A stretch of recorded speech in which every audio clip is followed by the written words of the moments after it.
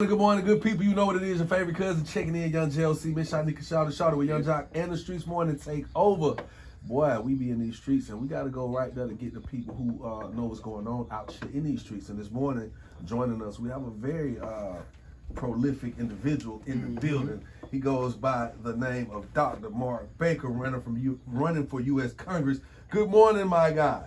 Good morning, sir. How you feeling? I'm good, man. Happy to have you in the building.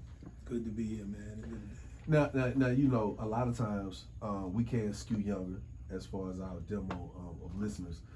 So I would like to just open this up by, allowing them to understand what position it is you're running for. Because when you say U.S. Congress, a lot of people, even adults right now, don't even know what does that place you. They just know it's Congress, but what type of position is that? Right. So it's the U.S. House of Representatives.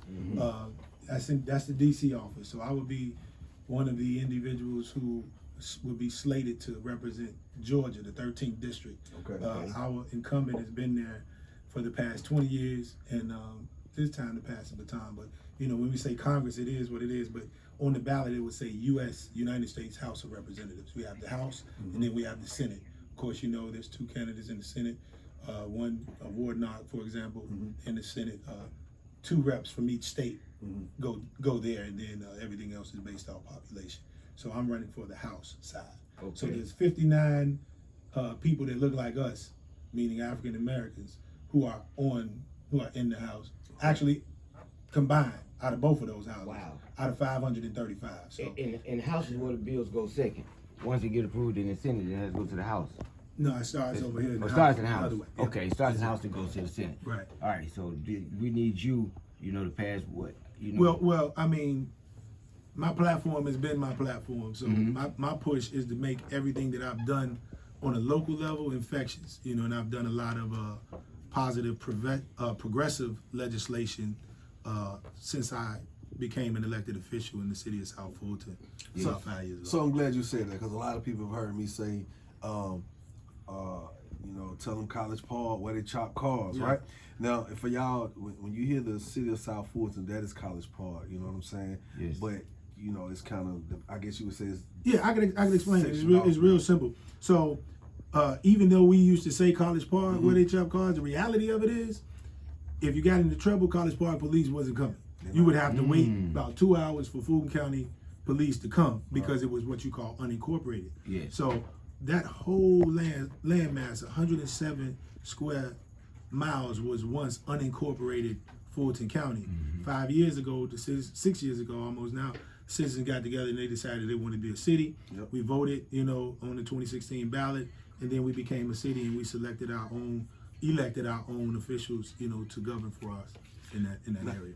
And because of that, I just got to run down some of the things since you've been in position there in the city of South Fulton, some of the things that you've done, some of the legislation passed by you in the past 4 to 5 years. Now, one of the things, there's three things I see that were instant. You abolished Columbus Day. Yeah. Yes. Cannabis decriminalization, and you pushed the minimum wage up to $15. Yeah. That's just to name a few. We can go on, because the list is pretty long. It's actually, I've been knowing you for quite some time, but I didn't even realize the list was this extensive, Dr. Baker. Well, yeah, I appreciate it. Those are things that I highlighted. When we started the city, we had firemen running into things that everybody runs from, that they were getting less than $15 an hour. So, of course, dealing with compression and things like that, we made that happen. Shout out to Mayor Khalid. He co-sponsored that bill with me. Then Councilman Khalid. But yeah. So, with that, that was one of the things. And of course, abolishing Columbus Day is miseducation, so I was surprised and shocked to find out I'm the first person in the state of Georgia to do that, but more progressive things, that are highlighted as more indicative to our culture directly would be the Breonna Taylor law.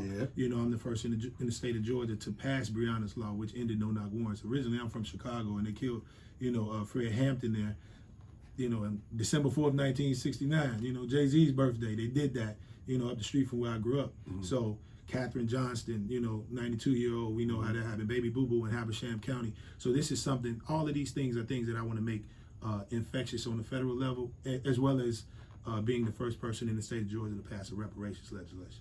All right, and when you pass, you got the decriminalization of marijuana. Now, what do you think is going to take? Because you're running on a federal level now, and we interview Stacey Abrams, and she said she would support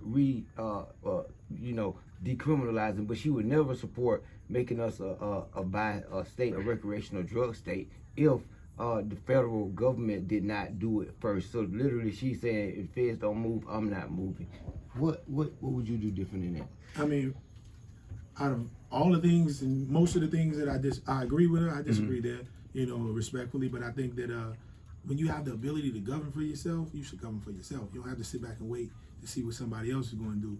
I mean, it was real taboo when I did that. Trust me, I got a lot of pushback, and everybody's like, "You're never going to be reelected." People were looking at you crazy. Yeah. But the thing is, it had to be, some type of cannabis education. And my seniors mostly, they don't want you smoking them reefers. Right. Yeah. They don't want, Yes.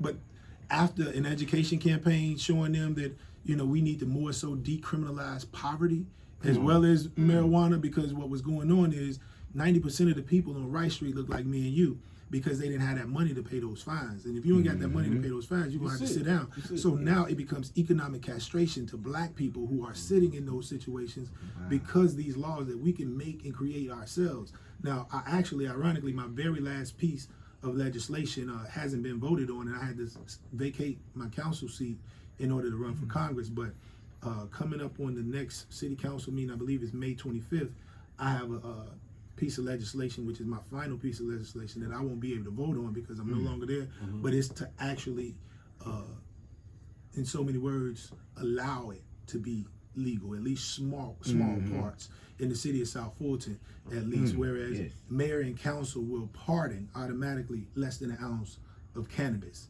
if they pass it. So you might want to call your people to press for that, because I think it would be a big deal for us. Yes. And we'll be the first in this region to do something like that. That's amazing. Yeah. Yes.